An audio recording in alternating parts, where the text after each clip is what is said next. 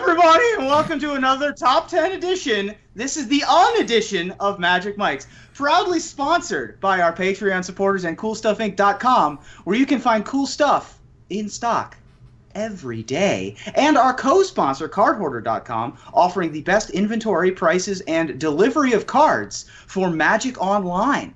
I'm Erin Campbell, and we get started each week by saying hello to my two co-hosts, Ruben Bressler. Hello. And Evan Irwin. Hey guys, how you doing?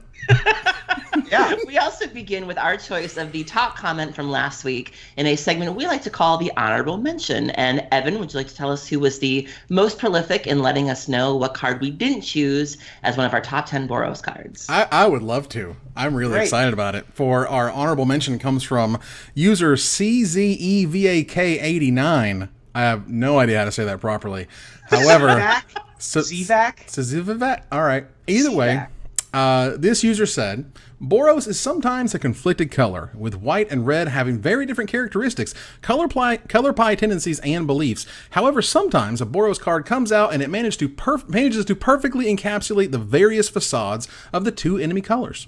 In recent Magic history, we have my honorable mention, Depala Pilot Exemplar. The card is an amazing mix of white's Anthem effect for a specific tribe, yes, I'm using the term quite loosely here, and red's passion for impulsive and hard to control draw. Not only that, but this card is amazing in the way that it pays homage to a very old aspect of Magic, which is dwarves, as well as to a very new component of the game being vehicles, tying the two together, much like good Boros cards. I'm just gonna go ahead and correct that one. Good Boros cards flawlessly tie white and red together. And to close the topic, she is a female dwarf, which is something you don't see very often, even in older sets where dwarves were a bit more frequent. Hashtag representation.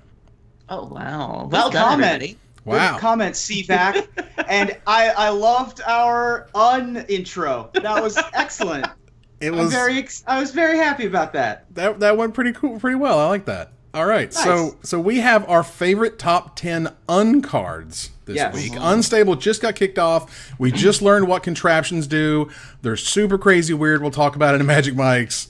I'm still kind of confused exactly what contraptions do, but I'm sure we'll figure it out as we go along. But in honor of the latest unset, we definitely wanted to do an in honor of our preview card, which we will reveal on Wednesday. That's right. Absolutely. I'm sure my list is going to be unpopular. Wow. See, I wasn't around for either of the two unsets. I didn't get a chance to really play with them, and so for me, the criteria really revolved around whether or not these cards could actually be played. Like I like the ones that are more functional that you could see in a modern deck or a legacy deck, and also they have to evoke a response in me. Like I basically just went through Gatherer, and if a card made me either groan really loudly or laugh really loudly, it was pretty much a guarantee to make it on my list. Now, I went through slightly differently because I've played a good number of these cards in Cube and in like alternate reality kind of formats, like various types of different multiplayer. And so I've actually cast a lot of these cards. And so the cards that are on my list are the ones that have either ruined me the most or I have the most vivid memories of while I had them in Cube and have specific connections to them, I guess. I just like weird cards, so sure. I like cards. I like weird cards. I like cards that do things. I'm very excited about it. So we're going to break a few of our rules, according to unsets, as we should. Of course. There were a few sets of cards that I put together. You'll see what some of those may be as we go through our lists here. But with that said, we're going to get started with number 10. Ruben, what is your number 10? My number 10 is the splittiest split card that's ever split carded, and it's called Who, What, When, Where, Why. So Who, What, When, Where, Why is 5 different cards of the 5 different colors. Who is X into white, target player gains X life. What is 2 into red, destroy target artifact. When is 2 into blue, counter target creature spell. Where is 3 into black, destroy target land. And Y is colorless into green, destroy target enchantment. This is a rare from Unhinged, which is the second of the 3. And my memory of Who, What, When, Where, Why is that this is the best thing you can possibly put on an Isochron Scepter. Just because you have so many choices. Now you gain 0 life, but whatever. You know, you can destroy an artifact, you can counter a creature spell, you get to destroy a land at instant speed, and you get to destroy an enchantment. So I've put this on an Isochron Scepter, I think, twice in various cube drafts. And I've obviously cast it a couple of times while it was in that deck as well. It's just a hilarious card, and it harkens back to our previous talk about module spells or modal spells. And I'm sure we'll talk about split cards in the future, which this might also make an appearance on that list. Well, there's split cards, there's the fuse cards, there's the aftermath stuff that also has weird framey things going on. Absolutely. And this is a very weird frame. I mean, it's, you know, 2 of the cards are an 1/8 of the card, because they didn't have enough space for all the stuff. And so I just really like this card a lot. I don't know. It's fun, and it's silly. Yeah. And ridiculous. It is very silly. And that's what you really want in an uncard, is be like, what is happening? And it's super unique. There's nothing else quite like it. Awesome. Aaron, what is your number 10? My number 10 had art done by Therese Nielsen, who I had the pleasure of meeting this past weekend in Grand Prix Atlanta. And it's functional. It's a card that could very well see play in like an aggro deck, like say a Gruul deck or a Celestia deck, or even just a mono green deck. You know, we like our overrun abilities and our pump spells and things like that. But what really kills me is it feels like a very subtle joke. My number 10 is Team Spirit. So Team Spirit is 2 and a green. It's from Unglued. It's an instant. It says all creatures controlled by target player and his or her teammates get +1/+1 until end of turn. You could cast this card. You could, in theory, use this card in any set. And the art has this sort of like family picture of all the animals in the forest. And you see what appears to be a bear, what appears to be a moose, possibly even like a lion or some kind of cougar or jackal, a squirrel. And then you see the flavor text, and it says, due to some late night partying, the chicken missed the group photo. So you look at all the animals in this portrait, and if you had to identify which one was the hard partier, it turned out to be the chicken. Yeah. And I just love the subtle insinuation that out of all these animals, the chicken was doing too much. And I just think that's great. Yeah, that's delightful. There was that whole chicken thing with Unglued. There was just, there was the egg for the set symbol. Yep. There were just chickens all Mesa up in that set. Was a card for so sure. many chickens. Yeah, Yeah, there was absolutely. a weird bird theme. Yeah. Yeah. So for my number 10, they make a lot of cards, and I actually looked up the timeline here where they kind of do send ups of existing cards. So this didn't make the card from Scourge that you'll think about as soon as I say it, but it certainly feels inspired by it because it's silly. Of course, it's silly. Now, Form of the Squirrel is 1 green, just a single mana. In Unhinged, it was a rare enchantment. As Form of the Squirrel comes into play, you put a 1/1 green squirrel creature token into play. You lose the game when it leaves play. Creatures can't attack you, you can't be the target of spells or abilities, and you can't play spells. You are a squirrel. Now, when you became the form of a dragon, you're killing people and things without flying, can't attack you and all that crazy stuff. But when you're a squirrel, you're just a little dork, and if you die, you lose. That's amazing. I love it. I love everything about it. It's a big silly squirrel. Absolutely, yeah. So that's a fun card. I remember a little bit back when the set was released. Now this came out after Form of the Dragon, I assume. It came out 1 year. Yeah, it came out 1 year after Form of the Dragon. Okay, good. I remember people trying to be like, I wonder how we can donate this to our opponents, but they're like, well, we can't cast spells. We need something with an activated ability to give it to our opponents, or somehow, some way, get rid of it on our side. And there was just this ridiculous conversation I think this was at our lunch table in high school. We were like, how do we do something hilarious with this stupid card? Yeah, it's a great one. How do I turn into a squirrel? This also plays well with, we've seen a card or two even today that go back to sort of the squirrel theme. And so, if you wanted to do a cube or something, this would fit in really nicely with that. Well, I mean, and one of the things that I was going to complain about anyway was that it just sucks that, like, why does it have to be unsets in, like, that one commander card where we talk about squirrels? Why are they going to be the squirrels in the unsets? What's wrong with squirrels in the real sets? We got one set. We got Odyssey, and then that was, like, it. Well, we had Deranged Hermit from Urza's Legacy, so that was our one decent little guy.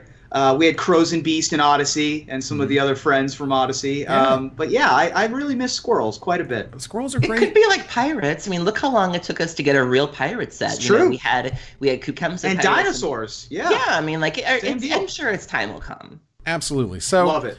So with that said, that is our number 10. Let's go on here to number 9. Ruben, what's your number 9? I have a number 9 higher on someone else's list, so I'm going to have to wait a minute. Wow. Well, okay then. So, Aaron, what is your number 9? Ruben, my number 9 actually makes me think of you. Oh boy. All right, I'll decide how I feel about that statement once I hear what number 9 is. In a good way, because I know if you and I ever had to duke it out over this card, there is no way that I would win. My number 9 is Eye to Eye. So it's 2 in a black, and it has this really nifty like frame of eyes, which is really, really cool. And they appear to be different colors and different sizes. And there's this what appears to be a guy, a troll, an orc or something with really, really large eyes. And it's an instant, and it says, you and target creature's controller have a staring contest. I can't even look at you. And if you... And if you win, destroy that creature. And every time I think... And I thought of this card, and I was like, there's no way I could do this with Ruben, because Ruben's just so good, and he would make me laugh. And the flavor text is really what seals the deal. It says, true, Gargox had blinded himself for life, but the glass eyes never lost. It's true. And the card is just, like I said, it's functional, it's funny, and it just makes me think of Ruben, because I just know I could never win a contest against him. It's a callback to the film A Clockwork Orange, because you see the little things pulling his eyelids. Yeah, that's in that movie as they force that's in the movie. They force the character to watch terrible things. Yeah, get a little bit of that ultra violence. Exactly, sure. But it reminds me of the breakout star of the Goofy movie, the superstar Powerline, who sang the epic musical number from the Goofy movie Eye to Eye, which might still be the best Disney song ever from one of the worst Disney movies, just because all Disney movies are amazing and it's like a pretty average movie. But that's what I think of. It does have a cult following, as I understand it. Oh yeah, song's amazing. Yeah. So, and I'm talking about the movie. Yeah. Well, movie's amazing also. Well, I'm just letting you know. As is Clockwork Orange. Everything about this card's amazing. I've actually never seen that movie. Which one? Clockwork Orange? You should check it out. It's pretty awesome. It's one of those you should see. You need to be in a mood for it. Yeah, but it's worth seeing. It's kind of like Requiem for a Dream, where you're just not going to Mm-hmm. sit down and watch it. Yes. Correct. You need to be ready for it, and you're going to watch it exactly once in your life, and then you're going to be happy that you've seen it, because then you'll get some references. Okay. And then you'll never watch it again. Okay. Yeah. So my number 9 here is a very unique card. Came from Unhinged. It's unique because it costs 1 million mana. And not every day you have a card that costs 1 million mana. And not only that, there's a huge story behind this card. So Gleemax is 1 million generic mana for a rare legendary artifact. You choose all targets for all spells and abilities. And the flavor text is amazing. I think we kind of have to include flavor text in these because it's just ridiculous. Yeah. Help us, ... R&D under mental domination of alien brain and jar, ... Only chance, ... Gleemax's blatant disregard for flavor text, ... Send help. Yep. So there was this joke that R&D was not R&D. There weren't anybody in there. It was just a big giant brain called Gleemax. Yep. Now, and they ran with this joke for a long, long time to the point where they created a website called Gleemax.com. They decided they were going to be like a player portal. It was going to have like forums, and so have all this content. They were going to make all these games, these like web games that revolved around the Magic universe. There was something called the Goblin Game, and I swear to God, they talked about this Goblin Game for like years. And then it like sort of halfway kind of launched with sadness, and then it just died, and then no one spoke of it again. And yeah, so Gleemax just sort of had a whole sort of culture thing wrapped around it for a long period of time in Magic. And ultimately the card is just, silly, ridiculous send-ups because it's trying to, sort of insinuate, hey, this is what we've been talking about, and it's so powerful it can do everything, and that's why it's 1 million mana and yada yada. So it's silly. It's got a lot of sort of lore and culture history behind it. Gleemax is really interesting, and I'm glad it's my number 9. Yeah, it's delightful. You can get it into play without having to, make an actual 1 million mana. You can Obsidian's Aid or Show and Tell. Or you could just Blast of Genius somebody for actual 1 million, which is kind of funny. My favorite thing about this card right now, other than you know, especially in Unglued, but then later in Unhinged, there were a lot of inside jokes, and this is one of them. But this one became an inside joke that everyone became a part of once Gleemax.com became a thing. Right. And so everyone suddenly got the joke later. I mean, which was adorable to me. When I was at Pro Tour Hollywood, I think this was like 2007. They made a like life-size brain in a big plastic jar, like a whole prop. I love it. They had a whole prop, and that was the Gleemax. Like, wow, I'm just remembering this now. Holy cow! It was ridiculous. It was gigantic and silly and weird, and the website just tanked from like day one, and it was really awkward. It was bad. It was not a good time. But Gleemax brings back all the memories. And also, if you go to Gatherer, they made a markup for the casting cost. Like they actually made a thing specifically for this card that you can copy and paste to put on your own website if you want to, I guess, just for 1,000,000 mana, which is hilarious. That's awesome. So let's move on here to number 8. I don't have one.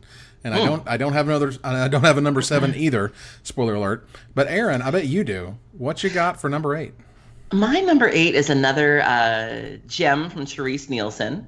I doubt she signs these cards very much, but it's still awesome. And this is a card that I would 100% use. I'm a black mage. We all know I love killing things. I love making lots of mana and doing broken things with them. And Organ Harvest lets you do that. So Organ Harvest costs 1 black. It's a sorcery. You and your teammates may sacrifice any number of creatures. For each creature sacrificed in this way, you add 2 black to your mana pool. So it has this kind of Phyrexian Altar, Ashnod's Altar kind of ability to it. But the flavor text is really what seals it for me. Lucy, you've got some spleening to do, which is the take off of Lucy and Ricky. And Lucy, you got some splaining to do. And I just love it. I love sort of the dark humor behind it. I love the fact that it's something I would completely cast anyways. And the fact that Therese does the art just kind of wraps it all up in a nice little dark bow for me.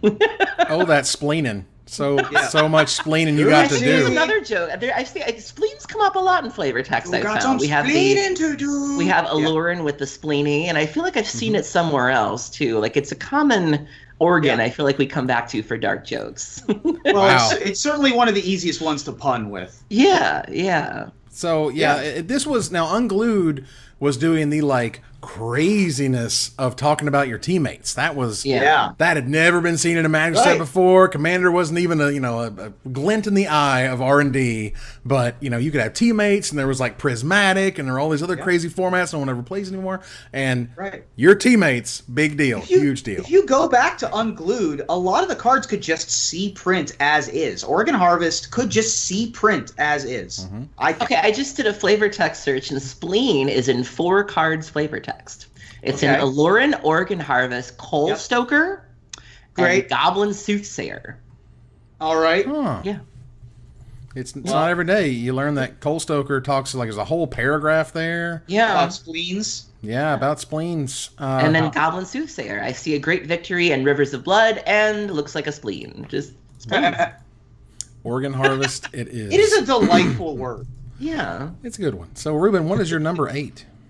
My number 8, speaking of flavor texts, is a functional use of the flavor texts. Ooh. Save a kill spell to deal with this guy. Oh, my God. Carnivorous Death Parrot is my number 8. It is a colorless and blue flyer, common, I believe, from Unhinged. It's a 2/2 flyer for 2. At the beginning of your upkeep, sacrifice Carnivorous Death Parrot unless you say its flavor text. Now, in cubes, that's great. Like, all you have to do is just say, save a kill spell to deal with this guy, which, by the way, is halfway decent advice. Yeah. But when you were playing with the uncards in Unhinged, there was a keyword in Unhinged called the gotcha mechanic. And the gotcha mechanic basically was when your opponent said a specific word, you could trigger their gotcha mechanic and either return the spell from your graveyard to your hand or do some other cool effect. And the flavor text of save a kill spell to deal with this guy triggered save, kill, spell, deal, and guy, which were all on gotcha cards. Oh my God. And so this card was significantly worse within the world of triple Unhinged. But when you're in a cube, it's just a 2/2 flyer for 2 that you hook up your equipment to, and it just kills your opponents very quickly unless they save a kill spell to deal with this guy.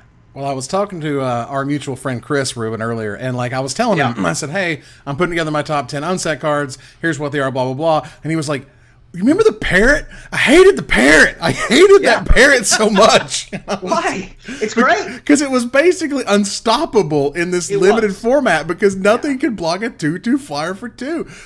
You say the words, you trigger the spells, whatever, but you keep getting them, keep getting them. It cracks me up because literally he was like, "You know, I just remember that bird, and I hate that bird, man. I hate it." It was awesome. It is amazing. And also, the fact that they didn't errata it in the Grand Creature type update to be a pirate, like, you want to put your parrots, every parrot that's ever been printed, you want to put in your pirate EDH deck or whatever. So it's sad that it's not a parrot, but it's still quite good. But just remember, save a kill spell. You better save a kill spell to deal with this guy. That's awesome. All right, so number 7. Aaron, what is your number 7? So Ron Spencer is an artist that we don't see very much of anymore, and I have a great appreciation for Ron Spencer as a self-proclaimed black mage, and he's known for just very dark art. Like, even when he's painting red cards and green cards, there's still this kind of grisly element to them. And he's also responsible for some of my favorite cards of all time, like Plague Bearer. You know, the visual of the guy's lip just opening up and spewing plague at somebody. Cabal Therapy, which of course I love. Bone Shredder. And so who better to give the art to represent a beloved nursery rhyme or children's rhyme like Bingo. So you have B-I-N-G-O, which is there was a farmer who had a hound and Bingo was his name-o. And you tend to think Bingo just being this sweet little puppy. Bingo is not. So B-I-N-G-O is 1 and a green. It's a 1/1 creature hound with trample. And whenever a player plays a spell, you put a chip counter on its converted mana cost. And the art features this very unhappy, drooling, bulging-eyed, rabid, bulbous dog with numbers. It appears to be like flayed into its side with like a bingo card. And when you go off with that, B-I-N-G-O gets +9/+9 for each set of 3 numbers in a row with chip counters on them. So for every bingo you get, B-I-N-G-O gets really, really big. And I just love the sort of warping of this really beloved... Because Bingo's pissed, and I think that's fantastic. And this is just... it's a good way to utilize somebody like Ron Spencer, I think. That's awesome. It's just one of those, like, how do you make that as a magic card? And they're like, hold on, let me show you. Yeah, that's awesome. Wow. Yeah. So, Ruben, what's your number 7? I miss Ron Spencer. Boy, his stuff is just ludicrous. Sorry. So my number 7, I've actually never played myself or seen it cast, but I know that it led to the development of a cycle of cards after its printing, which it led to the Pacts. And that card is Rocket-Powered Turbo Slug. So Rocket-Powered Turbo Slug costs 3 colorless and a red, and it's a 3/1, and it has Super Haste. Yeah. So Super Haste works like this. This creature may attack the turn before you play it. You may put this card into play from your hand, tapped and attacking during your declare attacker step. If you do, you lose the game at the end of your next turn unless you pay the card's mana cost during that turn. Yeah. Right. So, basically what you would do is, like, turn 3, you could play Rocket Power Turbo Slug, attack for 3. Next turn, play a land, pay 4 mana, keep attacking, is how it was designed. And it led to the development of the Pacts, Pact of Negation, Pact of the Titan, etc., because those were free spells that you basically put on layaway and had to pay the cost for during your next upkeep, or else you would lose the game. I've heard of some hilarious stories of Rocket Powered Turbo Slugs of you, like, search for all 4 of them from your deck, play them all in the same turn for free, and then cast an overrun effect, and then they're all dead, right? Before anything else happens. Yeah. Right. It's basically like getting all your Icarids into play, kind of, right? Yeah. So that was what happened here. Was we had this rocket-powered, first of all, Slug. They decided to make the slowest animal rocket-powered, which is delightful. And it has this crazy ability called Super Haste that eventually led to the development of some super powerful cards that have seen play in all manner of Magic the Gathering games. And oh, by the way, the flavor text is completely demolished and unreadable thanks to the Rocket-Powered Turbo Slug flying through the art around the card and then through the flavor text again. It's Super Haste. It is Super Haste. It's all the way there, you just don't know. From what I understand, the flavor text combination of letters combines to make a flavor text of some kind. I've never seen it spelled out, but I've heard that it, like, if you actually spent the time to, you know, unjumble the alphabet soup at the bottom of Rocket Powered's Turbo Slug, it will tell you something, which is just another inside joke, which I just love. Oh, I'm sure. You know, if you arrange the little letters in your cereal, yeah, or whatever, your soup. Yeah. Okay, so I mean, the Rocket Powered Turbo Slug. It's funny to me because yes, it led to the creation of the packs, and then later during the Great Designer Search, there was, you know, one of the designers said, you know, if you don't pay for this or if you don't do this, you lose the game. They were just like, that's terrible design. That's bad. They just got crapped all over. Yeah, it was like they were like, you know, you should not do that. That's really easy. It's just, the bar's too low. And they're just like, you just did the thing. All right. Is that like when they criticized John Laux for trying to do like a colorless plane or a 7-color whatever, and then all of a sudden they battle for Zendikar, and it's like, wait a minute, girl. Yeah. Oh, the Gatewatch showed up. Oh, weird. We're using new different types of mana. That's strange. Yeah. So John Laux, ahead of his time. All right. So we're going to go to number 6, and number 6, because I actually have one. The others are higher on 8 and 7. Now, number 6 for me gets to break one of the rules, and I like breaking rules. I know, right? And so, because this card is not just one card. This card is 2 cards. This card is so big, so furry, such a monster. That the big furry monster creature type being the biggest, baddest, nastiest, scariest creature you'll ever see. It costs 15 black mana across 2 cards. If only they made an entire mechanic over putting 2 cards together and making one thing, which is exactly what they did. They didn't do it sort of the right orientation. It took them a while. It took them a real long time. This is from Unglued. Remember, this is the first one. So it's been a minute. But big furry monster, again, 15 black mana. Already told you the creature type. You must play both BFM cards to put BFM to play. If BFM card leaves play, sacrifice the other. BFM can be blocked only by 3 or more creatures. It's a 99.99. They couldn't make it any bigger without going to a 3rd digit. That is amazing. And so the flavor text is, it was big, really, really big, no bigger, to the next card, than that. Even bigger. Keep going. More. Back to the first card. No more. Look, we're talking Krakens and dreadnoughts for jewelry. It was big. Yeah. Yep. And the art, in fact, is wearing a Kraken on one horn and a dreadnought on the other horn as jewelry. Yeah. So, yeah, this card was... I'm actually surprised at the highest... First of all, I didn't have it on my list, which is why I thought my list was going to be unpopular. The highest anybody has it at is 6. That's a bit of an upset, I think, because I think BFM was the most iconic image. It's the most indelible image I have in my head from that entire set. Yeah. And when you had a box of Unglued, the rumor was that if you opened the first half in one pack, the pack directly under it would have the second half as the rare. Oh, really? That was the rumor that I heard back in high school. Now, that might have just been an urban legend. I don't know. But that was always the story that I heard about the BFM. Wow. It's just, it's weird. It's funny. It's awesome. It was beloved. You know, I think there's definitely, you know, the price of those cards go up in tandem, as you would expect. Now, granted, it's like $1, you know, it's like what, $4 or something silly. But like, you know, these days it's more about the novelty. It's about sort of where its places in Magic. It's sort of the first thing that where Meld showed up. It broke a lot of ground, and it's awesome to see the silver borders come into the real world, and it even became a main mechanic for Eldritch Moon.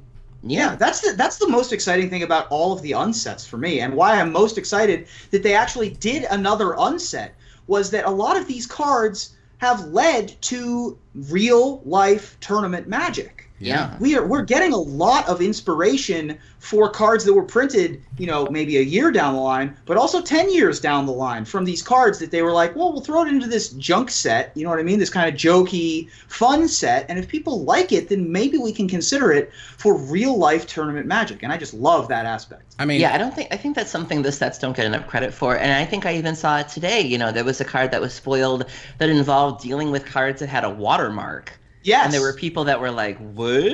And they were like, I don't hate this. And like, yeah, I really wish they got more credit for how innovative they could be in terms of, you know, what cards and what mechanics we can thank those sets for letting us have. I think, and it was very, very obvious that they made contraptions in a way, full art to the borders, that they could say they're legal in Legacy.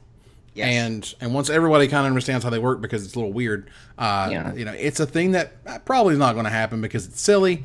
But regardless, I like that they made it that way. Stumpy was a thing for 2 weeks. Like, oh ye of little faith. Do you know how long? Do you know when Unglued came out? I don't know. August 11th, 1998. Jesus I was Christ. 15. Holy hell. That's took a long time ago. 19 years, or I'm sorry, 18 years for the big furry monster mechanic to make its way into Black Border. That's incredible. All right, so we'll have something to talk about 20 years from now on our 400th episode. Great. Exactly. When in the future, when it's Magic Mike's 1000th episode, we'll talk about how sprockets are finally making their way. Where are them sprockets now? Eternal format. And just for the record, Unhinged, for those who don't know, was released November 20th, 2004. Okay. Yeah, so it's been a minute since we've had an unset. And the thing is, nowadays, my God, those boxes are like $1,000 for Unglued, like $500 for Unhinged. Yeah. Well, the lands are super sought after. Which, by the way, obviously none of us have lands in our top tens. We might have. I don't want to say we don't, because spoiler alert, I don't. It's possible we do, but. That's the purpose. That's the reason why they're so expensive, is because those lands. I mean, you talk about Unglued. Look at Aaron's background. I mean, that's all you know. That's all you got to look at. I mean, it just didn't sell. And one of the first things Mark Rosenberg was explaining was just like, no one bought the product. Like, yeah, it's $500 now, $1,000 for the first one. Up to he also chalked that up to their mistake of they treated it like a normal expansion instead of printing as much as you would for a limited release. And I think that was something he was very adamant that they learned, or that they said if they were going to do it again differently, they would not print as much and not treat it like that. Let me just say that I know people that bought boxes of Unhinged for $15. Sure. It happens. Boxes of... Look, that happens with real sets too, though. Cold Snap boxes you could get for pennies.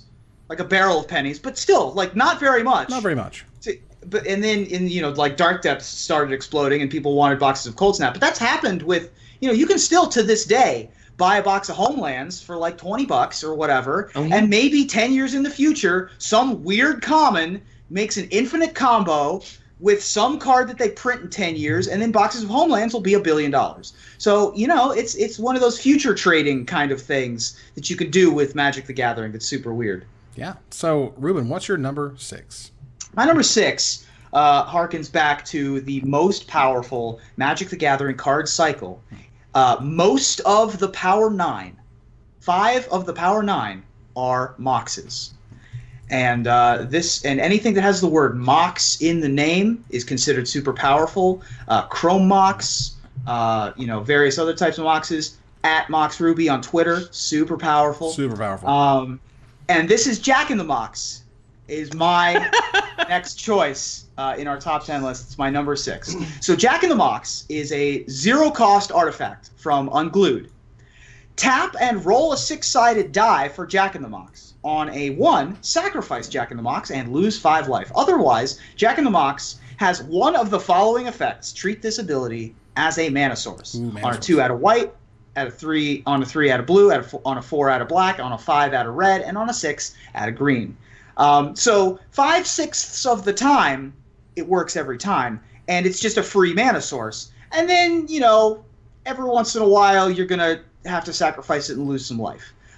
This is a super powerful card. I've played it. I draft it every time I can in Cube. It's a 0-cost artifact, so it's already broken. 80% of the time, or more than 80% of the time, you're getting just a free mana source. It's kind of at random, so you have to kind of treat it like it's a colorless mana source most of the time. But it's just a super fun card and super powerful, and I really enjoy it quite a bit. Yeah, it's one of those, it's like, oh, I lost a quarter of my life. Like, yeah, oh well. I mean, 83% of the time it works every time. That's how it works out. So 83% is the number? All right. If you divide 100 by 6. Yeah. But Hey, man, look, I'm a poker player. I'll take 83% every single day of the week. Damn. Thank you, Microsoft Calculator. I appreciate Love that. it. But, the art is really cool. You cheated. Well, of course I did. You think I said all that stuff off the top of my head? Jeez. But Jack of the Mox in and of itself is a pretty busted card. I thought you were talking about a different card, which we may or may not get to later, but we'll see. Great card, though. Super fun. Aaron, what's your number 6?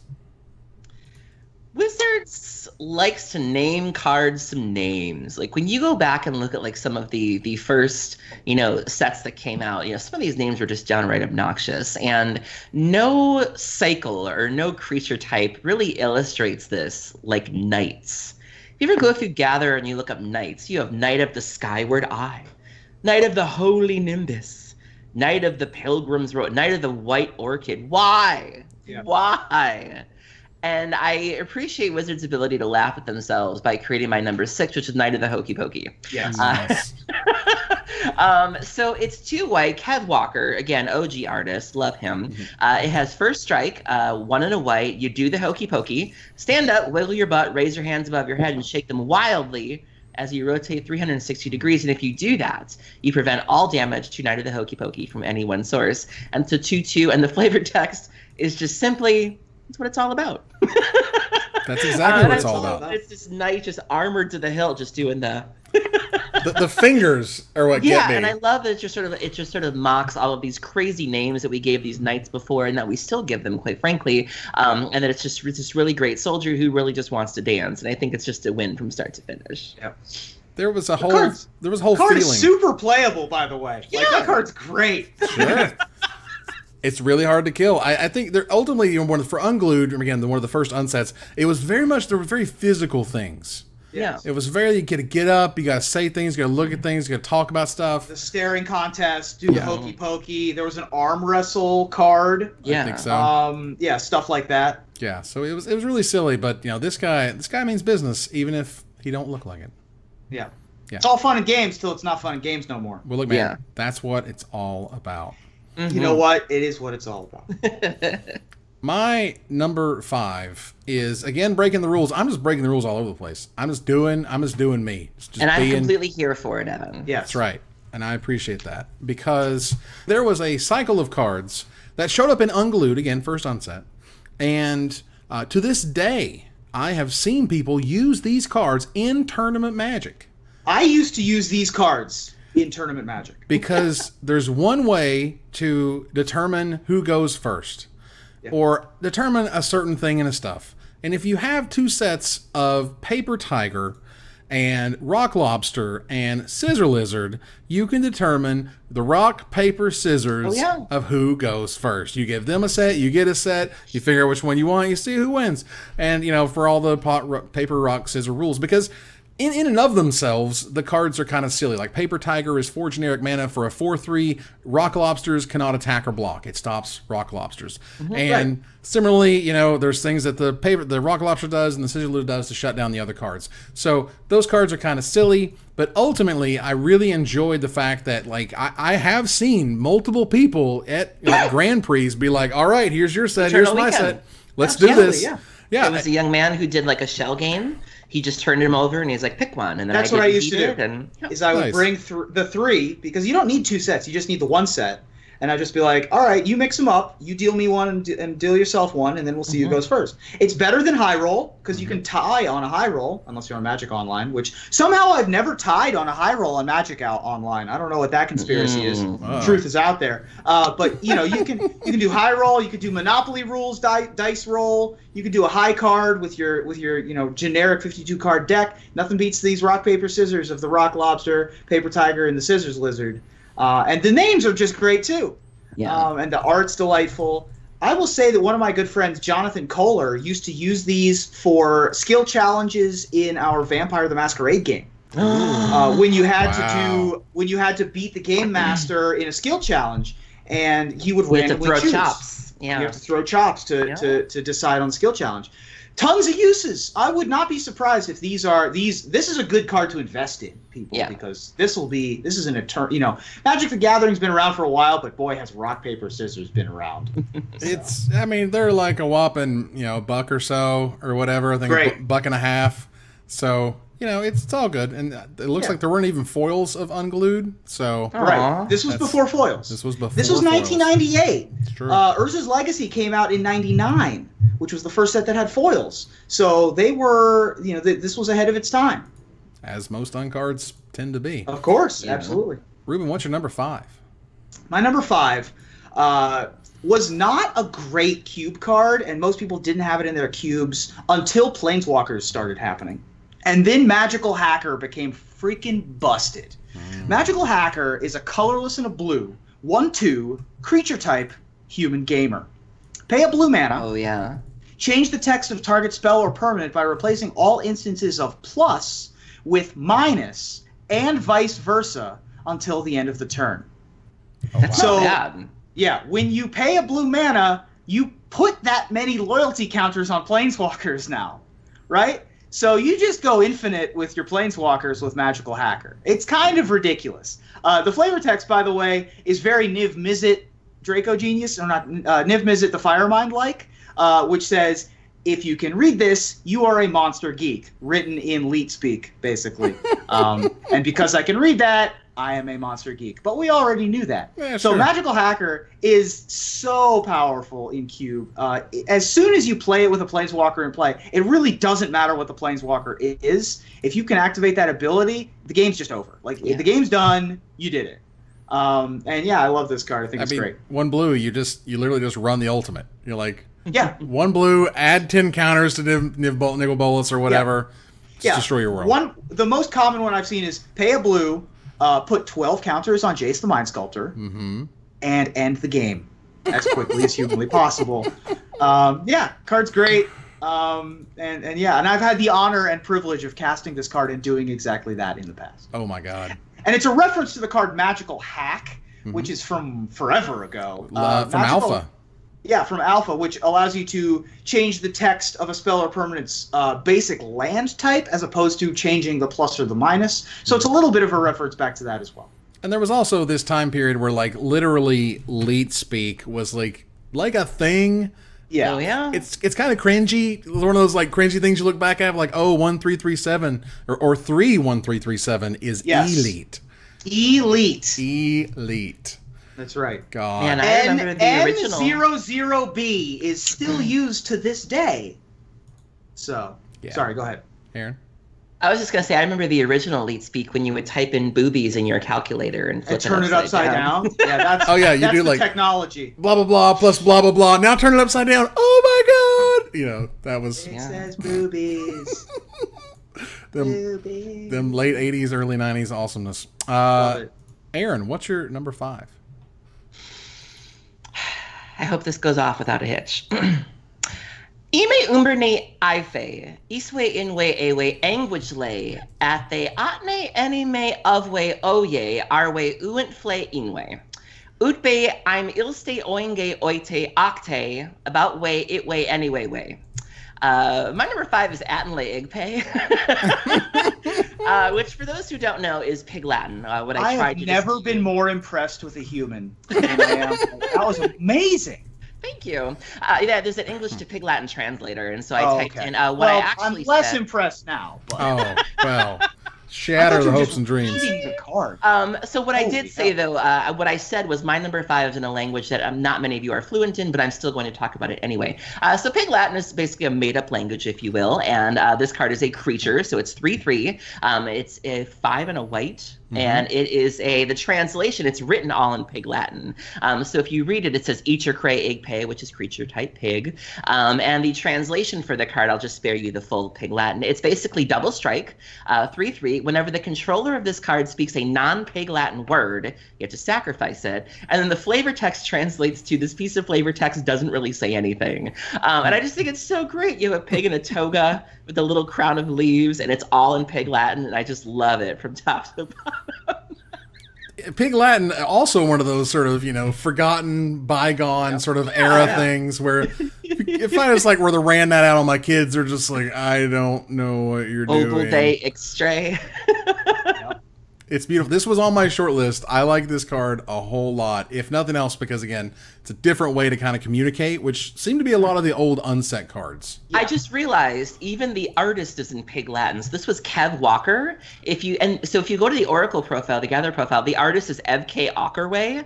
They don't even tell you it's Kev Walker. It's still set. I was like, I've never heard of that artist before. Adorable. Oh, that's Kev Walker. Like, oh my God. They did a lot of that with even with the artist credits. There were a lot of jokes and nicknames and things that they put in the artist credits of the old unsets. Nothing was sacred.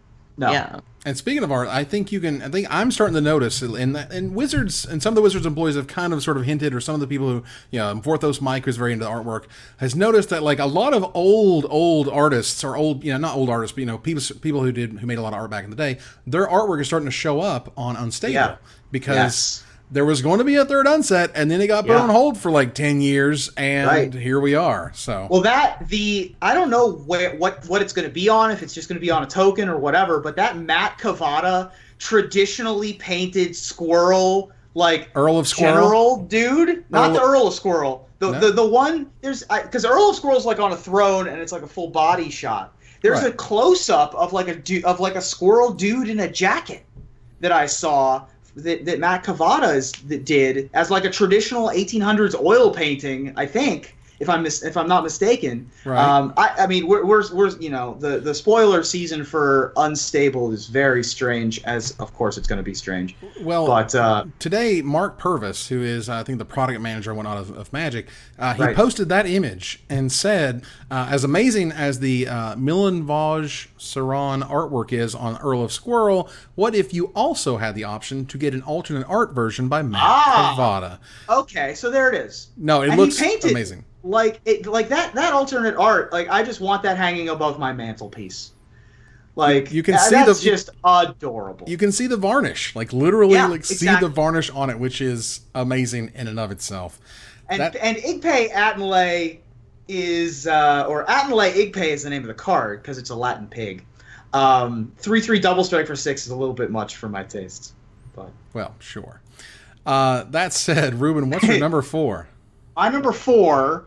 What led to a lot of discussions of it's seen play in a lot of cubes, and the rules around this card for cubes are a little bit strange, but it also led to a lot of discussions of if you could only open one sealed booster pack of Magic the Gathering with your booster tutor, which pack of Magic the Gathering would you open? It led to tons of discussions, and it also led to a new card that has recently come out. That's coming out in Unstable. But first, we'll talk about Booster Tutor. 1 black mana instant, uncommon from Unhinged. Open a sealed Magic the Gathering booster pack, reveal the cards, and put one of them in your hand. Remove the card from your deck before beginning a new game. Flavor text: real men use Arabian Nights, which is a nice little. Yeah, Booster Tutor is an interesting card. It's super powerful. For cubes, oftentimes we would just take 15 random cards from the cube, or 10 random cards from the cube, and then you just get to pick one of those. Or if you had a sealed booster pack laying around, you could just open that up. I love Booster Tutor. I think it's great. I think it's hilarious. It calls back to the tutor cycles and uses that in a new and unique way for the unsets. And then a new card, I forget what it's called, but it just came out, right? Open the seals or something like that? No, it's called Summon the Pack.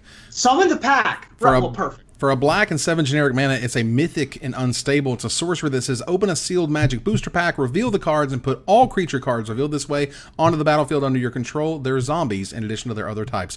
Also known as, go find a pack of legions. Right, so this is the discussion.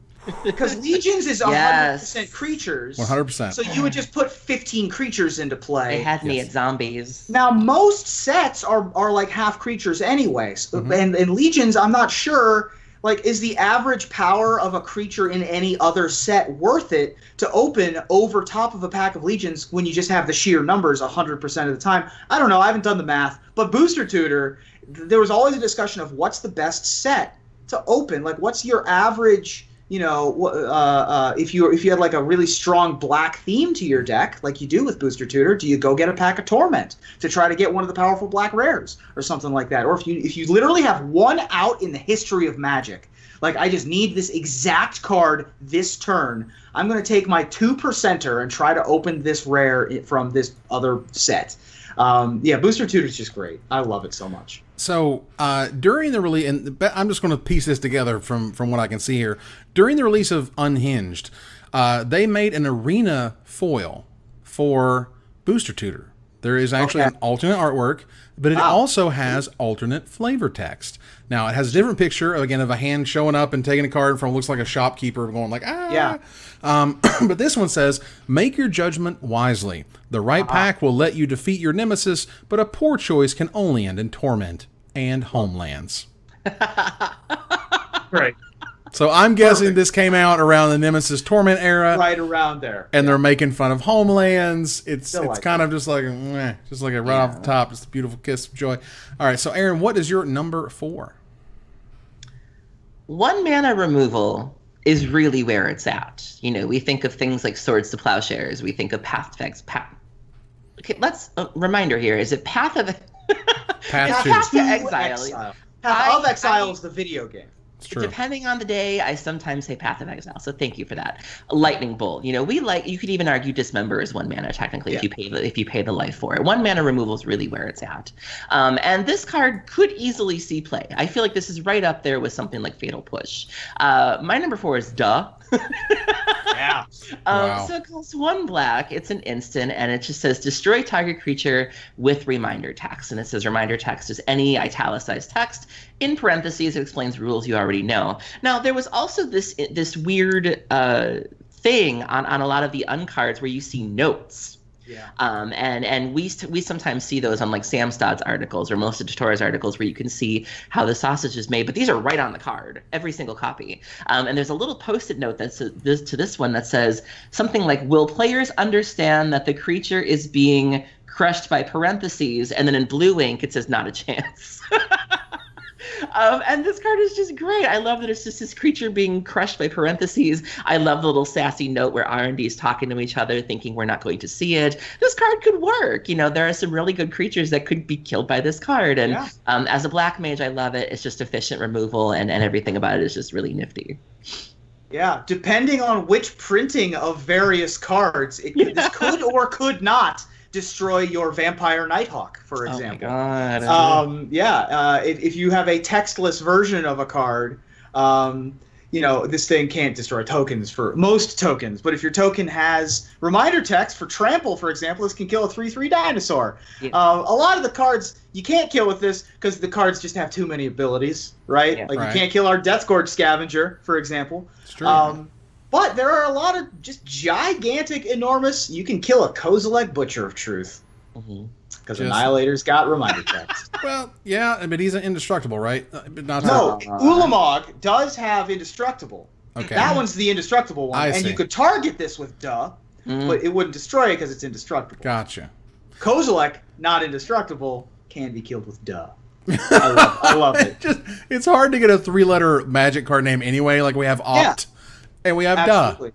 And Duh, it's great. I mean, just like, one of the things that Unhinged did was very much focused on, like, reminder text is a thing. We can't talk about it in the real game, but now we can really focus on it here.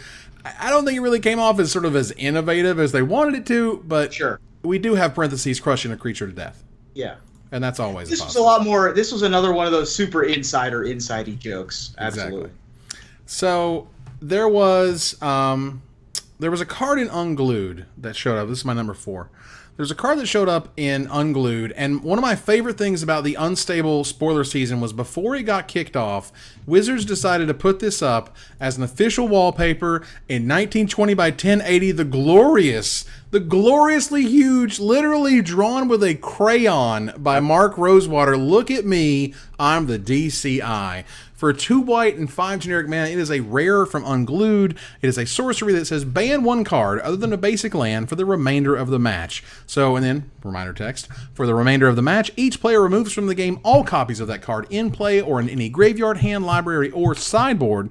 And then the flavor text for this one being, few understand the DCI's rigorous decision-making process, featuring with a crayon drawing of R&D someone is blindfolded and they're throwing darts at magic cards on a board. And I love it. It's just from start to finish. And the illustration literally says Mark Rosewater.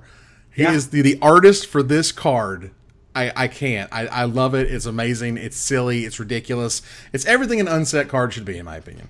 Yeah. I love this thing, and it's the only card that's been illustrated by Mark Rosewater, so it's a collector's item as well. Yeah, the hilarious inside joke of releasing the wallpaper for the art, which I've heard that he did like 50 different versions for the art, and that this was the best one. Wow. Like that this was the choice of all of the artwork that Mark drew for the. Look at me, I'm the DCI, which is adorable, and I love it. Can you just imagine him buying like that set of Crayola and just being like, we're doing this. Great. This is what I'm doing tonight. I'm going to draw my card. The art director came up to him and had him do the commission, so he had to do something. That's amazing. There you go. I wonder if he got to do it on company time. I've been like, Mark, what are you doing over there with these crayons? And just like scribbling stuff. It's amazing. Oh so my God. All right, so let's move on here to number 3. Ruben, what is your number 3? So we're getting to the point where I'm talking about my favorite cards that I've cast. And I must have cast this card over a dozen times in various cubes because it's one of the first cards that I looked for in a lot of the cubes that I drafted early on. Because Frazzled Editor, boy, is it a tough card to kill. And I love playing red in a lot of cubes. I love playing red, period. And cubes in general have a lot of super aggressive cards. And a lot of the creatures are like kind of easy to kill or trump or block. But you know what? Protection from Wordy does work. Oh so Frazzled Editor is a colorless and a red for a 2/2. Just a bear. It's a human bureaucrat, but it has protection from Wordy. Something is wordy if it has 4 or more lines of text in its text box. And we had always ruled that reminder text counts towards that, and flavor text counts towards that. Because that's lines of text in its text box. So, you know, you're not protected if you just have vanilla creatures because you got that freaking novel of flavor text in your Watchwolf text box that this thing can just attack past. Frazzled Editor can only really be taken out by promo foils, almost exclusively by promo foils. It's Lightning like the only bolts would kill it? Yep, Lightning Bolts would kill it. You could bounce it with a Cryptic Command. That's about it. I mean, you could get a textless Path to Exile in there, but it was tough to do. Or a Wrath, you know, things that don't target because protection. Sure. But yeah, Frazzled Editor is one of my favorites, and to this day, I love Frazzled Editor. So this was my number 7. This is a card that, like, I literally had to start designing around it in my cube. Like, this card was so powerful. Like, I eventually, I swear, I took it out. Like, I couldn't. It was like, it will just win you games. It's like turn 2. Your opponent starts like reading their and they're like, oh my God, I have no outs. I have no wraths. I can't target it with anything. I can't block it with anything. And it's just 10 turns. It's a good old 10-turn clock. Card was unbelievable. Frazzled Editor was amazing. Protection from Wordy is great. The markup on the card is fantastic.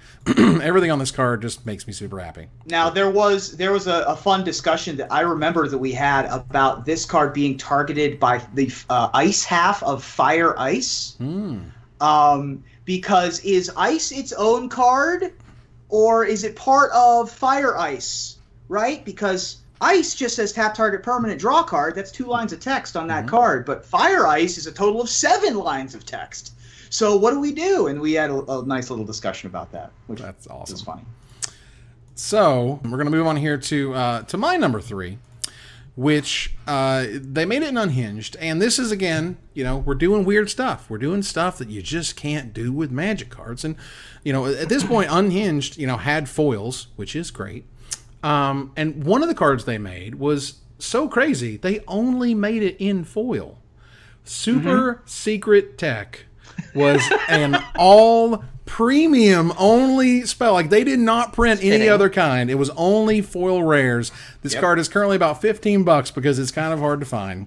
That said, Super Secret Tech is a 3 generic mana rare from Unhinged. In fact, a foil rare from Unhinged. It's an artifact that says all premium spells cost 1 generic mana less to play, and all premium creatures get +1/+1 with the flavor text of, ooh, shiny. Yeah. Another super powerful cube card. This was my number 9.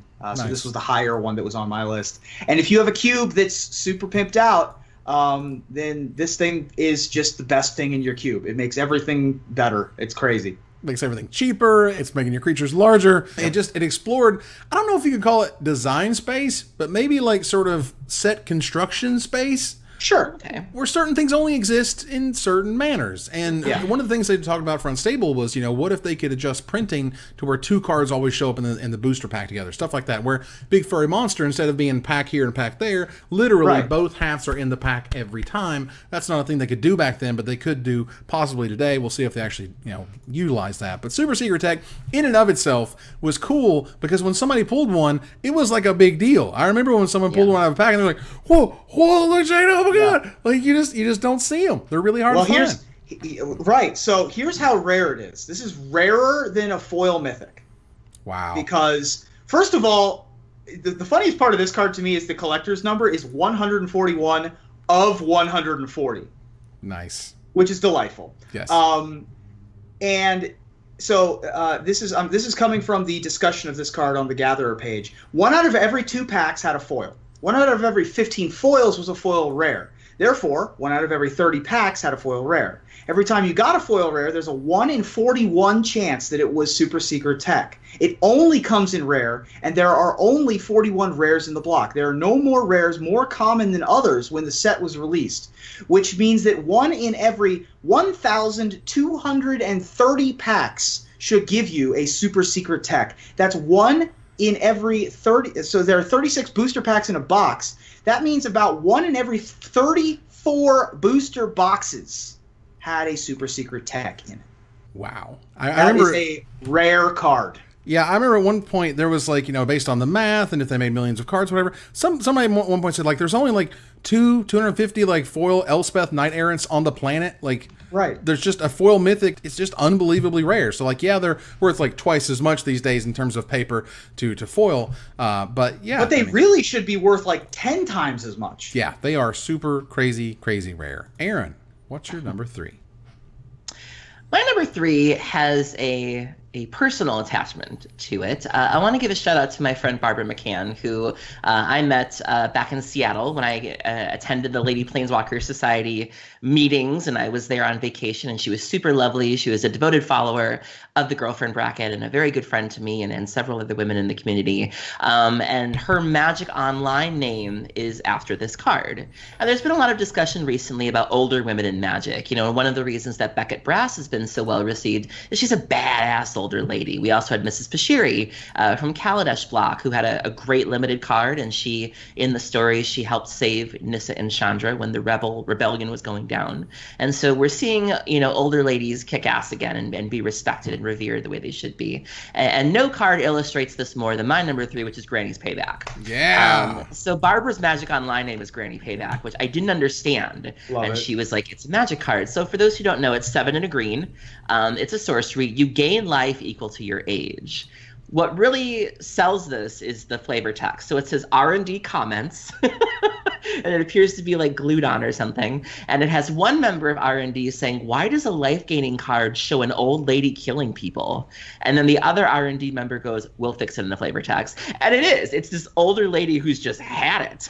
Amazing. Yeah. And she's just hacking and slashing her way through some things. And I just love the message. I love that they didn't just show some old lady sitting by a fire drinking tea. Oh, no, she's going down with the ship. And I just love everything this card stands for. I love the ludicrous amount of life gain because Lord knows I love sticking it to burn decks. I love the art, and I just think it's fantastic. Yeah. My favorite is the oven mitt. She has an oven mitt with the sword. It's awesome. Yeah. So this card allows me to ask a question that I never thought I'd ask. How old do you have to be in order to make this card worth it? Wow. I mean, I'm 34. I'm 33, so I mean, You like, pay if 8 mana for would you pay 8 mana to gain 33 life? against a burn deck, absolutely. Assuming I live 8 that long. mana? I was just gonna say. If Eight's a lot. if you're somehow able to cast early, I will take my 37 life. Sure. Thank you.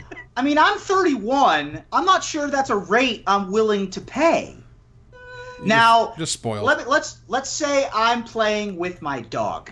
Do we count dog years? Can we do that? Would that be a thing? Well, I like how Mark Rosewater is like the rules manager for the unsets. Sure.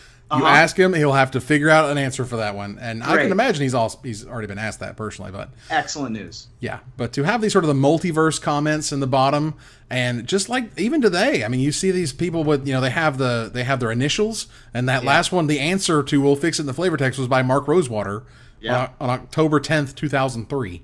So Yeah, great. That stuff is great. And this was on my short list because I agree with you. It is crazy and zany and ridiculous. And The nickname Granny Payback is a delightful. Yes. Like, that sounds like a DC superhero. Mm-hmm. all right, we're going to move here to number 2. Ruben, what's your number 2? I share my number 2 with someone. I wonder who you could possibly share it with. Who do I share with? I don't know. Is it about a person? It is about a person. Yeah, you know it's me. Come on now. Oh, Come all on. right. Well, our Our. number 2, ladies and gentlemen, is the creator, our Lord and Savior of Magic the Gathering. Our number 2 is Richard Garfield, PhD. Holding up. Richard Garfield, PhD is 3 colorless blue for a 2/2. You may play cards as though they were other Magic cards of your choice with the same mana cost. Mana cost includes color. You can't choose the same card twice. And yeah, that is get to play- boy, is that a card. You get to play mental magic. Yeah, Yes. which is amazing. And yea, he doth spake, let there be magic. Yes. Do you know how much the foils of this thing are? How much? $150. Get out. That's They- insane. Yeah, now they used to be like 40 or 50 bucks, which I also thought was pretty significant, but they have Yeah. just exploded because Crazy.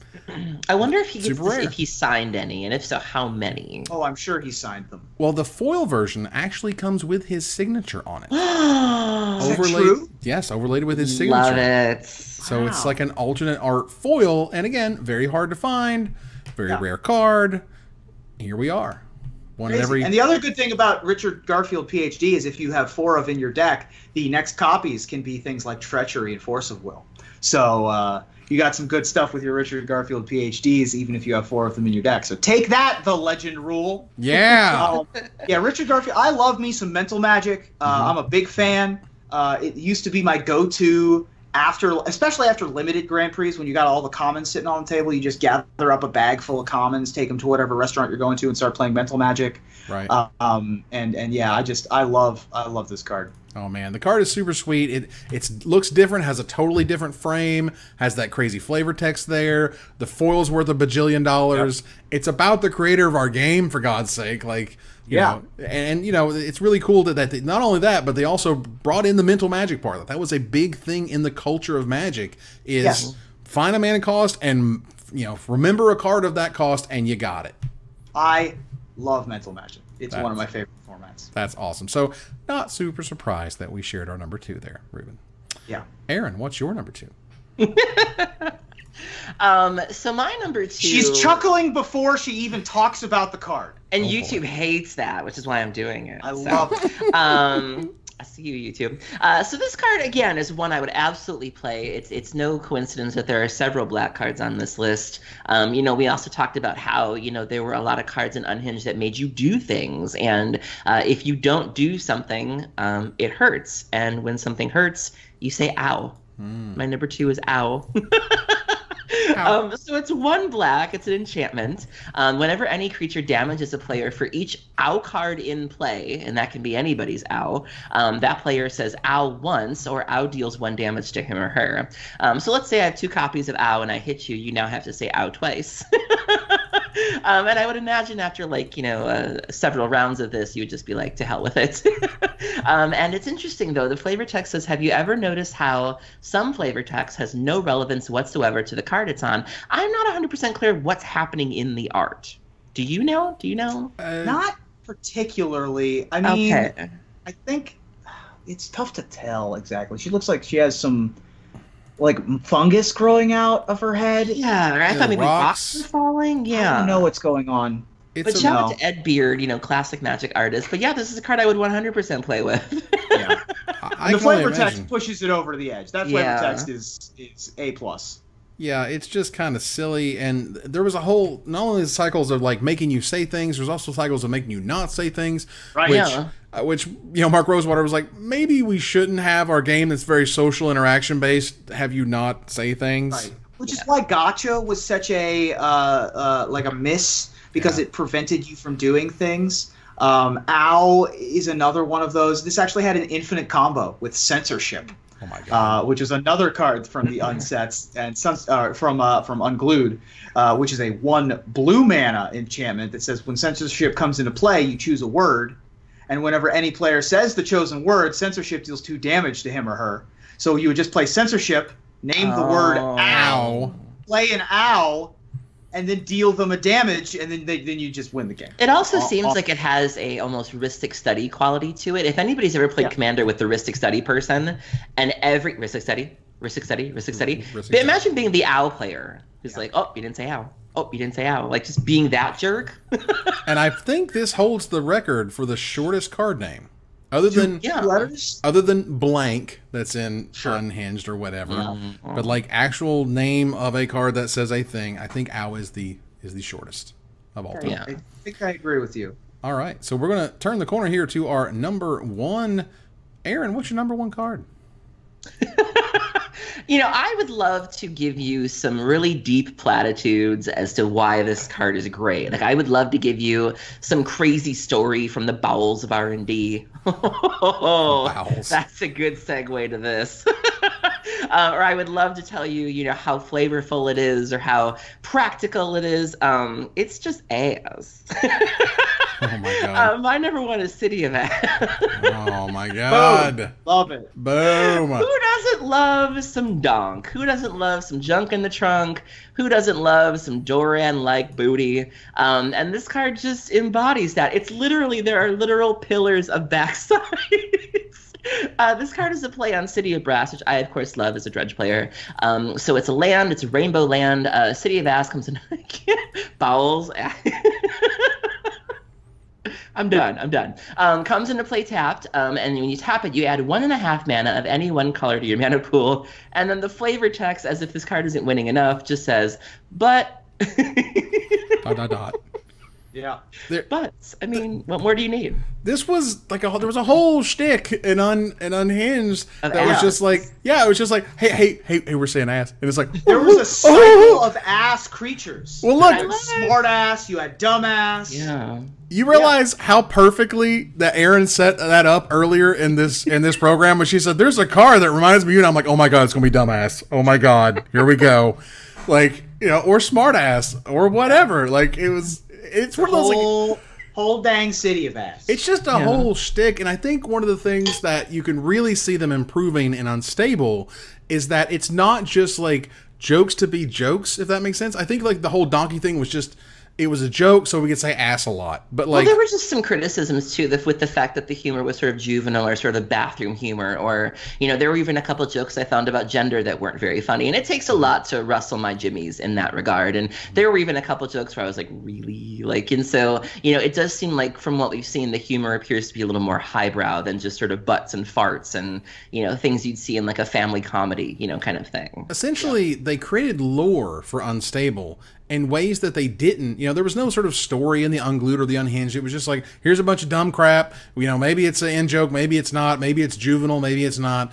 We hope you like it. Versus like, oh, well, there's like, there's the clan of this weird and the clan of that. Right. Yeah. But they all sort of have mechanical identities and they all sort of do things. So it's not just a dumbass, dumbass. Like, this is a clan that does whatever and they do things differently. So, so that to me was a step up. And I think you can already tell that Unstable is a much better set for a whole variety of reasons. One, probably being they worked on it for a decade. Right. But Now, the other thing with City of Ass is that it taps for more than 1 mana. Because there's a whole thing in this in Unhinged about half mana. Right. Things like Little Girl cost a half mana. Fraction Jackson used abilities that got you half mana. Cheap Ass, for example, was one of the Cycles of the Ass cards that got you, I think that made things cost a half mana less. I think so. So if you had 3 1-mana things, you could play all 3 of them off of your City of Ass, which was great. Yeah, City of Ass, one of the best lands ever printed. I mean, that card... And also, this was back when Mana Burn was a thing, so you would take half a damage, usually, which was awesome. Yeah, this is a great card. Now, the Little Girl thing, but it didn't make any lists, at least as far as I know, unless it's your number 1. But Little Girl in and of itself, very, very cheap card, but the foil is like $14. Actually, it's about $20 because there's this one collector who collects all the foil Little Girls. That's creepy. Very creepy. I don't know much about this person other than I know that this person exists and that there are known vendors who are like, when I get a foil Little Girl, I talk to this person and they'll buy it guaranteed. And that's a little strange. Is it Hannibal Lecter? Do we need to get Denise Starling on the phone to talk about the person that collects all of the Little Girls? You send the card that sentence is awful. Some fava beans. He collects all of the foil Little Girls. A nice Chianti. Ruben, what's your number 1? My number 1 is the card from Unsets that I have cast the most times by a wide margin. And the reason for that is because you get to cast it so many times in one single game because it basically combos with itself. We also have a segment named after it on this here program, Magic Mike's. My number 1 is Blast from the Past. Oh, man. Its casting cost is 2 colorless and a red.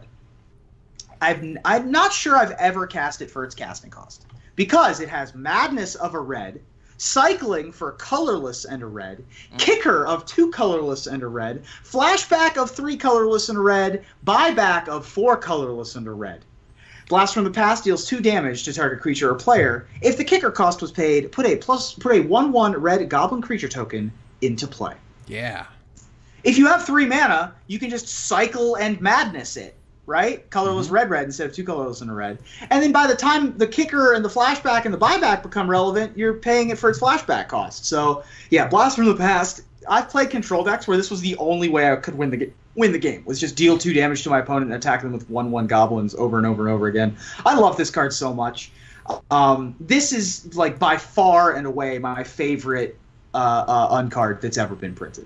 This was my number 7, and like there were multiple arguments when I was playing with my cube with my friends of Blast from the Past should not be in a cube because it breaks all the conventions, it does a million things, it's way overpowered, blah, blah, blah. And like I think as time has gone on, it's gotten obviously less and less overpowered, quote unquote. But it just does everything. And it does everything. It does everything at a great cost. It's super neat. It has all these mechanics. I love how all the mechanics it uses, it goes up by 1 mana, 1 mana, 2 mana, 3 mana, 4 mana, and so on. Like this card is cool. This card was actually my number 7. I'm sorry, my number 8. I put it right behind Frazzled Editor because Frazzled Editor for me was just like overpowered in the cube, where Blast from the Past was just like a good old-fashioned let's have an argument about silver bordered cards and cubes, because it usually ended with, well, it's my cube and it's staying, because I love this card. I thought it was fantastic. I have flashback buyback to this for 9 so many times. Like into your turn. Everything, yeah, exactly. End of your turn, get rid of all of the charge land or charge counters on my site, on my like glacial or whatever the hell those time spiral cards were called.